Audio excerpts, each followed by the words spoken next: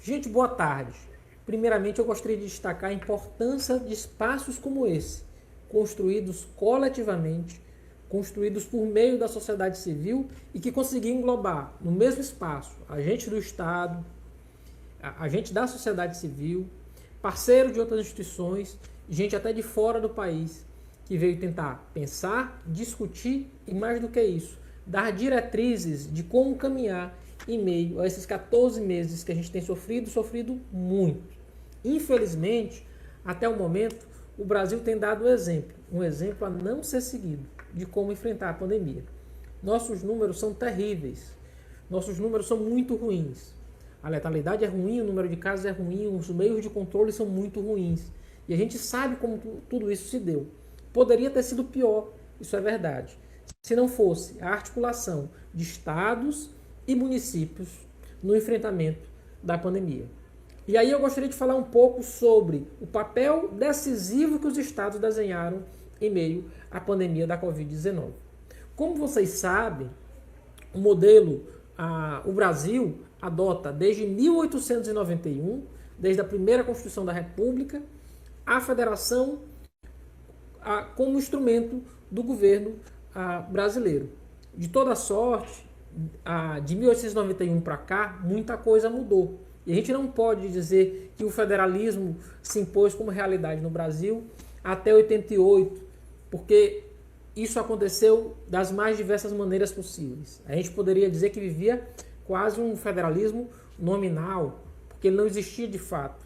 Isso passa a existir a partir de 88, quando a gente de fato descentraliza as políticas públicas, dá aos municípios uma autonomia poucas vezes vistas no mundo. Infelizmente, não concedeu aos municípios a autonomia tributária necessária para que possam desenvolver as políticas públicas. Isso é uma das características do nosso federalismo, que aqui eu não vou ter condição de desenvolver, mas que foi colocado e posta, mais do que isso, em xeque em meio à pandemia. Por quê? Porque se a gente tem a União como coordenadora e do ponto de vista da política de saúde, a União coordenando, os estados articulando e os municípios executando, cabendo aos estados a média e alta complexidade e aos municípios a baixa complexidade, a gente depende de um papel decisivo para que isso funcione, que é o papel coordenador da União. De 88 para cá, isso foi se aprimorando por meio de fóruns, de diretrizes, de coordenadas dadas pelo próprio Ministério da Saúde, ao ponto em que chegamos no ano da pandemia. Para isso simplesmente se esfacelar. O CONAS e o CONASENS, no meio da pandemia, eles reforçaram sua posição enquanto construtores do Sistema Único de Saúde, e não apenas tão somente como instâncias burocráticas de decisão. Muito pelo contrário. O Conselho Nacional de Secretários de Saúde, que representa os secretários estaduais de saúde, durante toda a pandemia se colocou como um obstáculo para medidas muitas vezes equivocadas, tomadas, seja pelo Ministério da Saúde, seja pelo presidente da República. O que a gente precisa pontuar, e mais do que isso, assinalar, é que CONAS, CONASENS, não são instâncias burocráticas do SUS.